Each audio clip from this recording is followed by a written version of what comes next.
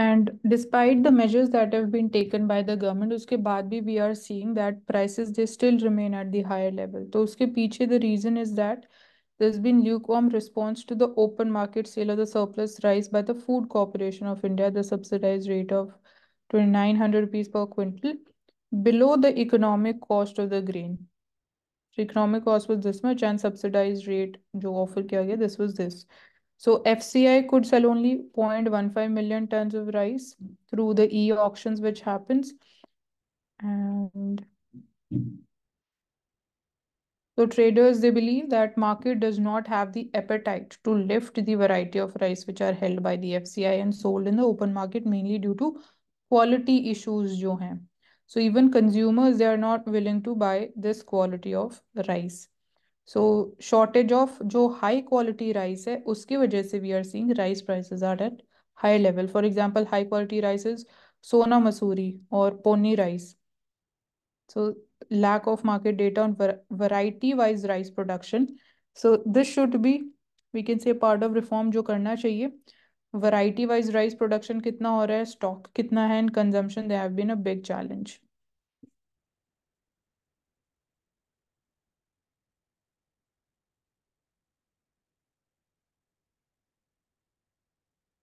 सो hybrid funds की हम बात करते हैं जब भी हम लाइक म्यूचुअल फंड्स में इन्वेस्ट करने की बात करते हैं compare to direct investment in equities और even trading in the options और investments in the future. So we say कि mutual funds, hybrid funds, debt funds और even equity funds are also there.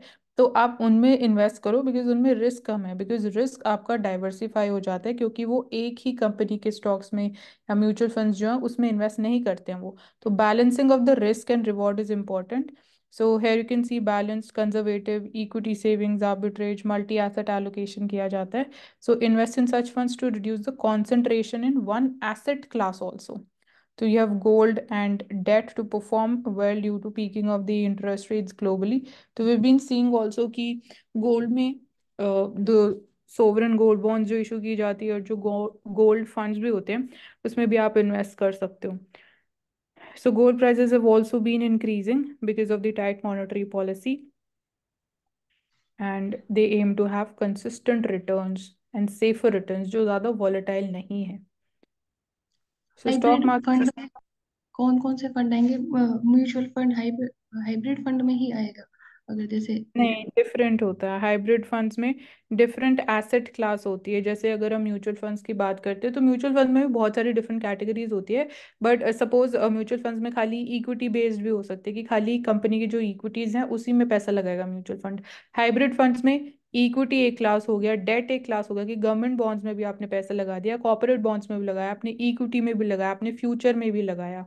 तो इसलिए ये और ज्यादा सेफर होते हैं compare to mutual funds. Okay, thank you. ठीक है. कैपिटल मार्केट्स के ओवरऑल बात करें तो volatility it would remain high due to the earnings and the mixed global cue. So plan the overnight trades according. So ये तो daily based trading के लिए इज बीइंग सेट. तो वॉलेटिलिटी अभी still it is also high. Like India में जो index volatility को major करता है उसको हम विक्स बोलते हैं, VIX. तो volatility index.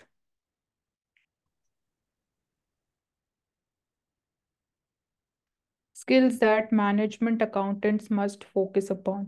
So we've been talking about from past 1 week about the increase in demand of the soft skills. So it is your problem solving skills, your time management skills, your leadership skills, your communication skills.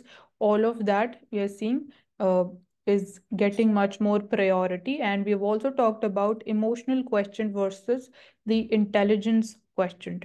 So in addition to जो आपकी core skills हैं, suppose आपकी knowledge of accounting है, जो भी specialize skills है, above that these soft skills are in demand.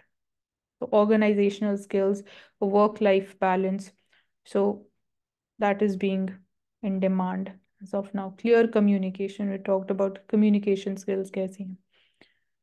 Overall आपकी analysis skills कैसी है, मैनेजमेंट प्लानिंग स्किल्स कैसी है. देन कॉर्पोरेट रिस्पॉन्सिबिलिटी की हम बात करते हैं तो one example that comes to mind first of all is the CSR, corporate social responsibility. So this is mandatory in India. India is the first country in the world to make it mandatory under the Companies Act. So it is जो 2% of company का previous 3 consecutive years का profit है वो उनको as a part of CSR they have to invest that. So CSR is not a charity. It is a duty and responsibility towards the society inspired by the highest values of seeking to return to society a part of what we have received in whatever capacity and to whatever extent we can. So that is there. So arming for patents. So courts across jurisdictions, they have taken the view artificial intelligence can't be granted patents rights for inventions because these are not, we can say, pure inventions or pure innovations. That is why artificial intelligence say whether it is generative AI or even the normal जो open AI की हम बात करते हैं chat GPT है कि it generates the text. So that is not again pure and organic in its form. So इसलिए आप पेटेंट्स नहीं दे सकते हो. So in India, the Controller General of Patents objected against an application filed by Stephen Thaler citing Section 2 and 6 of Indian Patents Act 1970. So this has been the stand.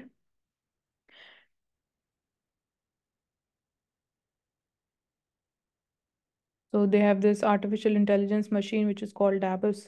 So he was not an Thaler was not an inventor of the inventions described in the applications, and that the inventions were created by this machine. So that is why patent was not given. Creativity machine named Davis was responsible for these inventions. So machine was responsible and not the person. So according to Section 2 of the Indian Patents Act, the person applying for a patent can be a natural person or any government organization also. So this is an important fact which can be noted down. Inflation risk, talk about global supply chain impact again because of the recent Houthi rebels attack. So that has also again impacted the global supply chain. So input prices are also going up because of that same disruption, and inflation has already been a challenge. Interest rates, they are still at the higher level, and all of this is impacting the lower income. So it is not only rural, it is the poor segment of the urban areas also where we're seeing these issues are impacting. So your money or leaders, this we have seen.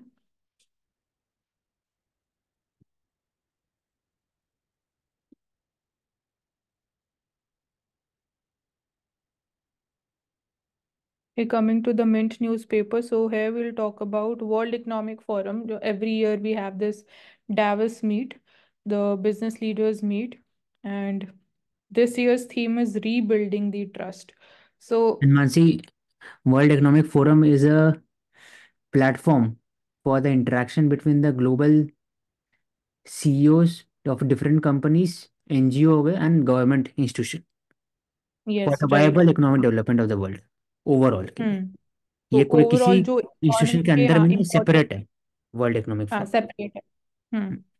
तो overall economic global economic development के लिए, economic cooperation के लिए we have business partners like private sector players, CEOs होते हैं, then government entities are also there. So it is like they are collectively present and the discussions happen. So rebuilding the trust theme इसलिए है because again जो global supply chain disruption देखने को मिल रहे हैं, the challenge of climate change, how that is impacting the businesses and the economies, and the geopolitical risk after we have been seeing three major disruptive wars that are going on. So that is why this is the theme. That's how we can remember it also, rebuilding the trust again. So long term solutions क्या होंगे? Role of cutting edge technologies कैसे हमें help कर सकता है in dealing with the current challenges, achieving security and cooperation, jobs and growth और कैसे create की जा सकती है given the current scenario, and long term strategy क्या होनी चाहिए for the climate, nature and energy. And as we've talked about, industrial players they also attended. And apart from this, India का क्या main focus area होने वाला है? So our main idea would be upon that India would be how India can become a 5 trillion economy, and by 2047, as we have the vision and ambition for being a developed country. So India is going to make a pitch for being the most attractive market for the companies looking beyond China, as we talk about China plus one strategy. And we'll also going to showcase our success in renewable energy. So green energy transition, as we talk about the challenges because of the climate change. So that would be highlighted. And we'll also talk about recently, अभी कुछ देर पहले हम बात ही कर रहे थे, Indian economy's resilience. given the challenges that we've been facing. So here we also have proper timeline of what have been the developments and the evolution of the World Economic Forum. So it was founded in 1971. तो ये एक international non-profit body organization है. And earlier it was named as the European Management Forum. So then it was renamed as World Economic Forum in 1987. So 2018 में we also saw for the first time that the World Economic Forum chaired entirely by the woman for the first time. So that's there. And apart from this, okay, this was important information from Mint. Then, from Times of India, we see right to live with dignity. It cannot be deprived merely because a person is a convict person or he or she has been convicted. So, अगर आप convicted हो, आपने कोई crime किया है, तो उसका मतलब ये नहीं कि your right to live with dignity, which is guaranteed under Article 20, which is a part of fundamental rights, that would be taken away, that can be taken away just because you have been convicted for a crime. So human rights still आपकी होती हैं because they cannot be violated no matter what. So with fewer pricks and reduced pain, AIMS Smart Lab. So AIMS, they have come up with a smart lab, and this is the picture. That's how it looks. So we can say कि smart lab की वजह से the efficiency in the delivery of the healthcare services that can increase in terms of reduced time, waiting time जो होता है, and also in terms of the quality or the efficiency of tests which are done. So यहाँ पे mention भी है कि less time, waiting time would be there, and less, जैसे अगर blood test होते तो less amount of blood would be required. So multiple samples and more number of tests can be done with lesser amount of samples. So we need to come up with such smart labs. Again, more hospitals and aims that we have. So here we seeing that Makar Sankranti, Lodi. So these are, we can say all these are the examples of celebrating the same festival with different names and little bit of different idea and different method of celebrating. Also Lodi and Makar Sankranti we see celebrated in Northern India, in Gujarat, in Western India. Then we have Magh Bihu, which is in Northeast India, Pongal in Tamil Nadu. So this also reflects the example of unity in diversity. एक भारत श्रेष्ठ भारत यहाँ लिखा हुआ है. And apart from this, जो main reason होता है behind celebrating Makar Sankranti और Lohri, all these festivals is उत्तरायण जो हमने बात करी थी, sun moving towards the north, or when we say that sun enters the Capricorn from Sagittarius to Capricorn. So this is the significance of this. And we talk about the summer solstice and the winter solstice. So it is a movement of the sun towards the northern hemisphere.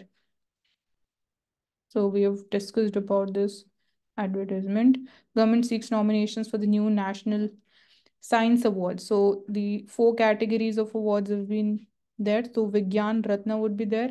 This would be for the lifetime achievements and contribution in science. Then Vigyan Shri, and this is for the distinguished contributions. And then Vigyan Yuva Shanti, Swaroop Bhatnagar Awards. This is for the recognizing, encouraging young scientists. So even when we say as a part of fundamental duty, also we have one of the fundamental duties as promotion and encouraging the scientific temper. And then Vigyan team, where we see maximum 3 awards to be given here for a team comprising 3 or more scientists for the innovations that they have made as an exceptional contribution to the society and the welfare. So we can just remember like we have it for the sports also. This we have seen Iceland faces the worst volcanic damage in 50 years. So we can look for what are the nature of volcanoes which are there in Iceland and around that region.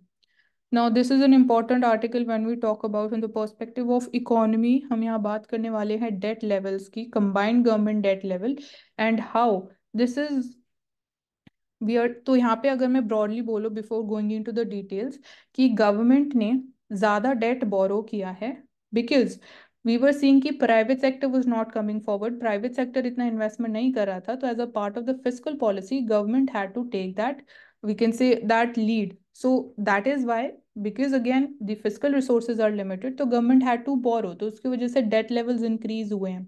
So with that we are also seeing कि जो government आई थी that was with good intention, कि private sector was not coming forward, but उसका एक और negative effect ये होता है कि that leaves lesser space for even private sector. अगर वो later on they want to increase their investment on their own part, तो फिर government को अपना investment कम करना पड़ेगा, because when we say कि there is this crowding out effect, कि अगर गवर्नमेंट जो लिमिटेड फाइनेंशियल रिसोर्सेज है गवर्नमेंट उनको बोरो कर लेगा, जो बैंक्स के पास क्रेडिट लेंडिंग कैपेसिटी है वो भी लिमिटेड है, तो if government is going to borrow more तो there would be crowding out of the private sector as far as the investment is concern. तो पूरा इस आर्टिकल में उसी चीज की बात हो रही है. तो यहाँ पे बोल रहे हैं कि combined government debt level record high पे है and it needs to come down to enable the private investment. तो वही जो space creation की बात हो रही है, and we can just go for the figures कि combined government debt level 2022-23 में it was 86.5% of the GDP. और एक और important चीज़ ये है कि before the beginning of COVID-19 हमारा डेट लेवल इंक्रीज होने लग गया था. तो it is not just only because of कोविड-19, उसका मेजर इम्पैक्ट हुआ है, but even before that the date it started to rise. And to deficits they have diverge. तो यहाँ हम दो डेफिसिट जो बात कर रहे हैं, physical deficit and current account deficit की बात कर रहे हैं. तो वी हैव सीन कि 10th year consecutively we are seeing कि इंडिया के लिए फेवरेबल एनर्जी प्राइसेस रहे हैं. सो इसमें because favorable energy prices, so we'll be able to reduce the current account deficit also, and the number also suggests कि it has been less than 2% of the GDP. Whereas जो government का combined fiscal deficit है that has been at a higher level of 9.4% for 2022-23. So अगर again energy prices एक ऐसा we can say one sector, ऐसा major sector है जिसका major impact होता है on the current account deficit and which is not under the government's control also. So stepping into the breach, so यही जो reason दिया कि प्राइवेट सेक्टर इतना पार्टिसिपेशन नहीं करता था, there was low level of private investment, so that is why government had to increase the physical expenditure, the capital expenditure and total investment. अगर हम इन्वेस्टमेंट रेट की बात करते हैं तो 2011-12 में इंडिया में investment rate was between 38 and 39%. Now even that has also declined to 32% of the GDP. So ये कुछ important figures हैं, an important topic. And lastly we'll see कि फास्टेस्ट ग्रोइंग जॉब्स कौन सी हो सकती है दी 2022, 23 और 27 के बीच में. So we see firstly AI machine learning specialist, sustainability specialist, ESG की जो हम बात करते हैं, सो सब में स्पेशलिस्ट या कंसल्टेंट्स ही ज़्यादा डिमांड में रहने वाले. तो business intelligent analyst, information security analyst, fintech engineers, data analyst, scientist, robotic engineers. तो you can relate and have an idea through this कि ये demand, ये जो jobs हैं, that is why we are seeing the demand for the soft skills is also rising. So that is all from Times of India. We can take the Hindi newspaper. Okay, wait, I'll have to download that.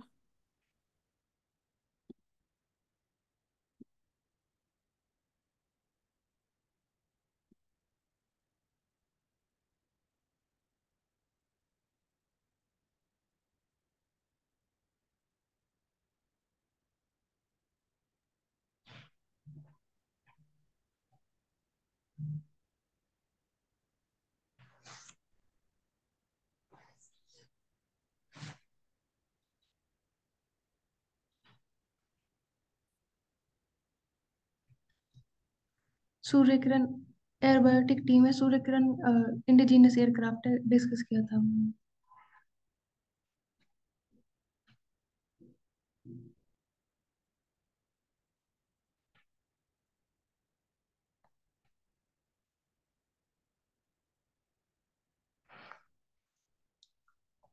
Lakshadweep का रणनीतिक महत्व. अगर लक्षद्वीप की बात करते हैं तो हम देखते हैं जो लक्षद्वीप है वो द्वीपों का समूह है. द्वीप मतलब आइलैंड का समूह है जो कि 36 द्वीपों से मिलकर बना है. अगर इसके एरिया की बात करते हैं तो 20 वर्ग किलोमीटर में फैला हुआ है. वहीं जब हम देखते हैं कि किस तरह से स्ट्रेटेजिकली जो लक्षद्वीप है वो महत्व रखता है, तो हम देखते हैं जैसे जो 9 डिग्री चैनल है उसके पास स्थित है, जो कि फारस की खाड़ी पूर्वी एशिया यानी कि जो ईस्ट एशिया है उसमें जाने वाले जो ट्रेड होता है उसके लिए सीधा मार्ग है। इसके अलावा हिंद महासागर में स्थित है, तो जो अरब सागर है उससे भी कनेक्ट करता है, जिसकी वजह से इसकी जो Yemen, Oman, Pakistan, Iraq, Iran, Bharat, Maldives को सीधा जो ट्रेड रूट है, तो ये इस तरह से स्ट्रेटेजिकली इंपॉर्टेंट हो जाता है, जो कि शिपिंग लेन और जो बंदरगाह जो कि पोर्ट होते हैं उनको कनेक्ट करता है। जब हम देखते हैं कि आसपास के क्षेत्र में हमें क्या देखने के लिए मिलता है, तो हम देखते हैं जो केरल है, केरल के तिरुवनंतपुरम में विक्रम साराभाई, केरल के जो तिरुवनंतपुरम में विक्रम साराभाई अंतरिक्ष केंद्र स्थित है। तो उसके अनुसार भी जो लक्षद्वीप का महत्व है वो बढ़ जाता है, क्योंकि जो जब हम देखते हैं कि चाइना ने श्रीलंका में पोर्ट बनाया है, हरबनबोटा पोर्ट, जो कि डिस्टेंस की बात करते हैं, तो वहां से विशाखापट्टनम बंदरगाह से देखा जाए तो उसका डिस्टेंस 915 किलोमीटर के आसपास है। तो उस के हिसाब से उसे सिक्योर करने के लिए भी लक्षद्वीप महत्वपूर्ण क्षेत्र या जो रणनीतिक स्थिति हो जाती है। उसके अलावा हम देखते हैं जो मोरोशिश है उसमें द्वीप समूह विकसित किया जा रहा है, ताकि वहां पर जो भारत से उसको कनेक्ट किया जा सके, और जो नौसेना है उसके लिए वहां पर एक पोर्ट तैयार किया जा सके, वहां पर भी उनको तैनात किया जा सके। जब हम लक्षद्वीप की राजधानी की बात करते हैं तो उसकी राजधानी कवरती है, जिसमें कि भारतीय नौसेना का अड्डा स्थित किया गया है, ताकि उनसे वो पूरे जो एरिया है उसको स्ट्रेटेजिकली देख सके और उस पर नजर रख सके। क्योंकि ट्रेड के अलावा जब हम देखते हैं कि प्राकृतिक गैस के भंडार हैं उस क्षेत्र में, आसपास जो ऊर्जा के महत्वपूर्ण साधन है उनके लिए भी बहुत महत्व रखता है यह क्षेत्र, जो कि अगर युद्ध काल में या फिर जैसे चाइना श्रीलंका के साथ साथ मालदीव में भी पोर्ट निर्माण कर रहा है, हमने देखा था हवाई अड्डे का निर्माण किया जा रहा है, तो उसको उसके लिए भी इसका महत्वपूर्ण कनेक्शन हो सकता है, क्योंकि अगर युद्ध काल के दौरान जरूरत पड़ने पर उस लाइन को काटा जा सकता है, ताकि जो कनेक्टिविटी बनती है पूर्वी एशिया, पश्चिमी एशिया, दक्षिण एशिया, इन पूरे को कनेक्ट करने से या फिर ट्रेड को कंट्रोल किया जा सकता है। तो इस हिसाब से हम देखते हैं, अगर भारत की तटीय सीमा जो कि कोस्टल लाइन की बात की जाती है, तो उसका जो पूरा डिस्टेंस है वो है 7,516 किलोमीटर, जो कि 9 राज्यों से होकर गुजरती है, जिसमें गुजरात, महाराष्ट्र, गोवा, कर्नाटक, केरल, तमिलनाडु, आंध्र प्रदेश, उड़ीसा, पश्चिम बंगाल जैसे के साथ साथ दमन द्वीप, लक्षद्वीप, पुडुचेरी, अंडमान निकोबार के सारे द्वीप समूह भी सम्मिलित होते हैं। तो इन कारणों की वजह से यह बहुत महत्व रखता है। सिर्फ समुद्री ही नहीं, जो भारत के केरल या फिर आंध्र प्रदेश वाला हिस्सा है जहाँ पर प्रशिक्षण किए जाते हैं, उनके लिए भी इसका बहुत महत्व है, ताकि उनको भी सिक्योर रखा जा सके। अगर हम श्रीलंका के, म्यांमार के परिप्रेक्ष्य में देखते हैं, जब चाइना वहां पर अपने पोर्ट बना रहा है और जो अपनी ट्रूप्स को वहां या फिर उस तरह के बेसिन तैयार किए जा रहे हैं उसके परिप्रेक्ष्य में।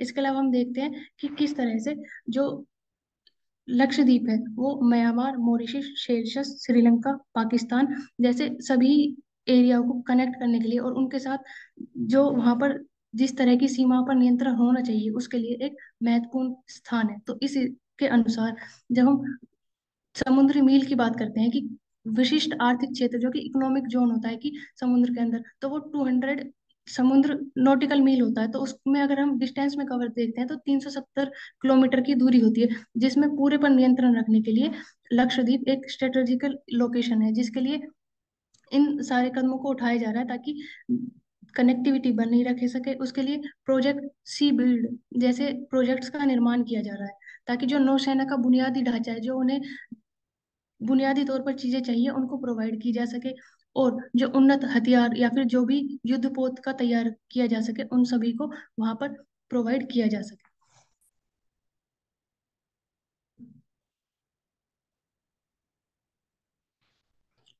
कल्प में मेधा में हम देखते हैं कि हम सुधार का कुछ ना कुछ विरोध अनिवार्य है, परंतु विरोध और आंदोलन एक सीमा तक समाज में स्वास्थ्य के लक्षण होते हैं। महात्मा गांधी। कौशिक।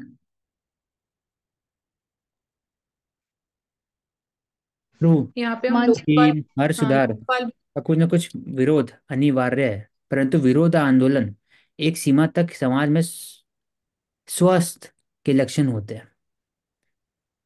विरोध एक स्केप्टिज्म है कि जो चेंज जो आता है सोसाइटी के अंदर में, उसके वो लेंस जरूरी होता है।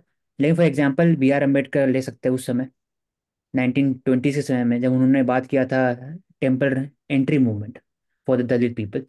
उसके बाद फिर हिंदू कोड बिल की बात कर सकते हैं इंडिया में। सैनिटेशन से रिलेटेड SBM, स्वच्छ भारत मिशन, उसमें भी विरोध हुआ था कि आप टॉयलेट बना रहे हो तो क्या वो सक्सेसफुल हो सकता है। फिर introduction of computer in 1980s, उसमें विरोध हुआ था ऑन द पर्सपेक्टिव कि जॉब लॉस होगा। लेकिन तो स्टार्टिंग में विरोध होना जरूरी होता है, क्योंकि it showcases democratic sentiment of the people कि चेंज क्या सही है गलत है, उस पर ओवरऑल डिबेट होता है। और धीरे धीरे जैसे जैसे अगर चेंज सही डायरेक्शन जाता है वैसे लोग जुड़ते रहते हैं। तो इसलिए स्टार्टिंग में अनिवार्य, और फिर बाद में धीरे धीरे सोसाइटी एक्सेप्ट कर लेते हैं। फॉर एग्जाम्पल अब एब्रोगेशन ऑफ 370 हो गया, या फिर बाकी जो इंपॉर्टेंट लेजिस्लेशन इंडिया में हुआ है, ट्रिपल तलाक एक्सेट्रा, सब ऐड करो आप मुझे। ठीक है, इसमें हम और बात कर सकते हैं, जैसे न्यूली इंट्रोड्यूस जीडीपी सीरीज थी, उसके अगेंस्ट भी प्रोटेस्ट हुआ था। जो फार्मर्स लॉ है उसके अगेंस्ट प्रोटेस्ट हुआ। एंड अभी जैसे यहाँ पे लिखा है कि हर सुधार का कुछ ना कुछ विरोध अनिवार्य है, तो बात की जाती है एमएसपी फॉर्मूला रिफॉर्म्स की। एंड एक लोकपाल बिल की हम बात कर सकते हैं कि उसका भी जो विरोध हुआ, जो रिजल्ट आया, लोकपाल बिल आया, वो इम्प्लीमेंट हुआ। तो बट ये है कि प्रोटेस्ट और आंदोलन एक सीमा तक ही होने चाहिए। तो यही एग्जांपल्स ऐड करने में। हाँ, जैसे सुधार का कुछ ना कुछ विरोध अनिवार्य है कि आरटीआई एक्ट आया था, उसके बाद कुछ चीजें होती है जो उनसे बाहर रखी गई लेकिन उनका विरोध होता है, या फिर उसके विरोध में ही फिर लोकायुक्त और लोकपाल का विधेयक आया था जिसके थ्रू वो देखता है कि किस तरह से करप्शन को रोका जा सके, या फिर कहाँ पर चेंजेस के बदलाव है, उनके साथ ही जो सही सुधार मतलब जो चीजें जरूरी है वो सोसाइटी तक हाँ, पहुंचाई जा राइट। सके। ऐसा डीमोनेटाइजेशन के अगेंस्ट भी ऐसे हुआ, जीएसटी इम्प्लीमेंटेशन के अगेंस्ट भी ऐसा हुआ, बट अल्टीमेटली जीएसटी का अब हम देख रहे हैं कि how it is performing, and government का जो मेजर टैक्स रेवेन्यू है वो भी इंक्रीज हो रहा है। GST it is one in the lead, जो सबसे ज्यादा टैक्स रेवेन्यू हो रहा है जीएसटी से आ रहा है, उसके बाद कॉर्पोरेट टैक्स, फिर income tax.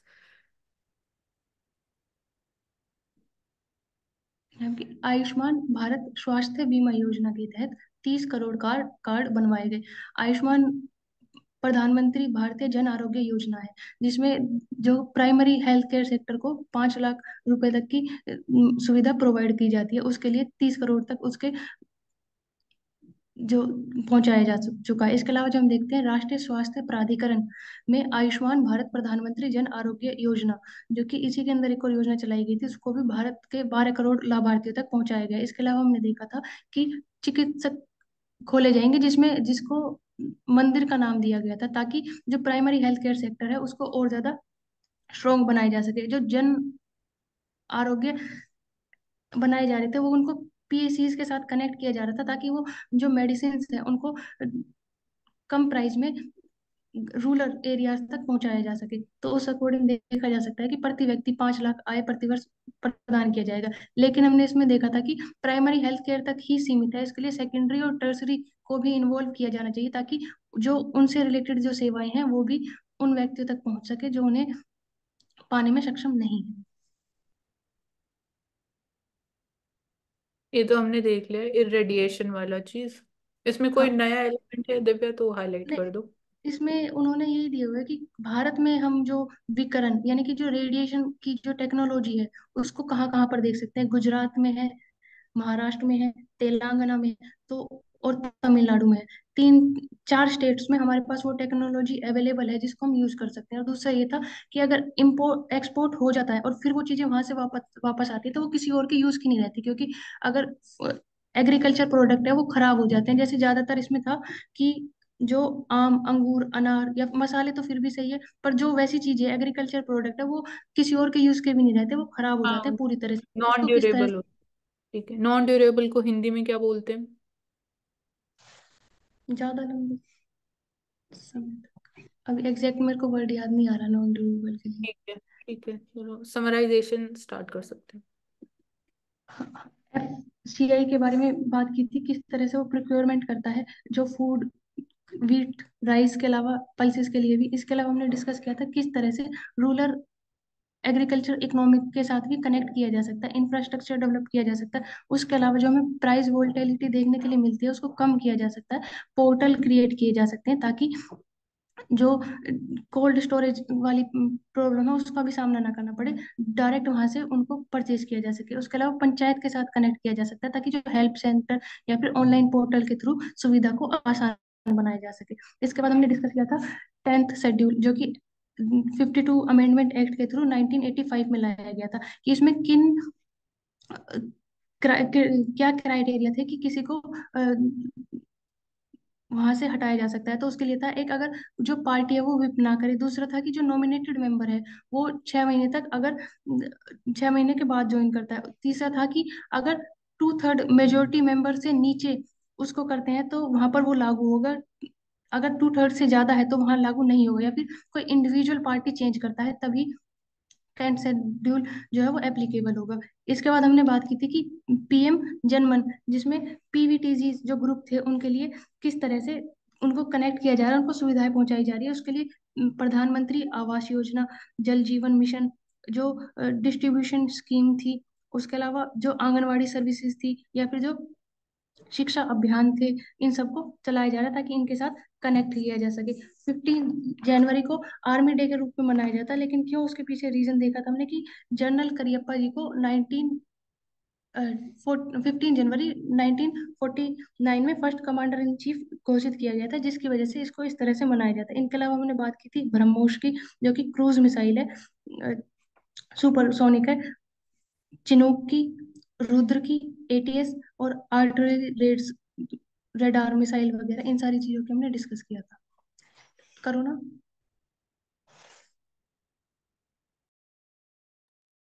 Prerna, you can do.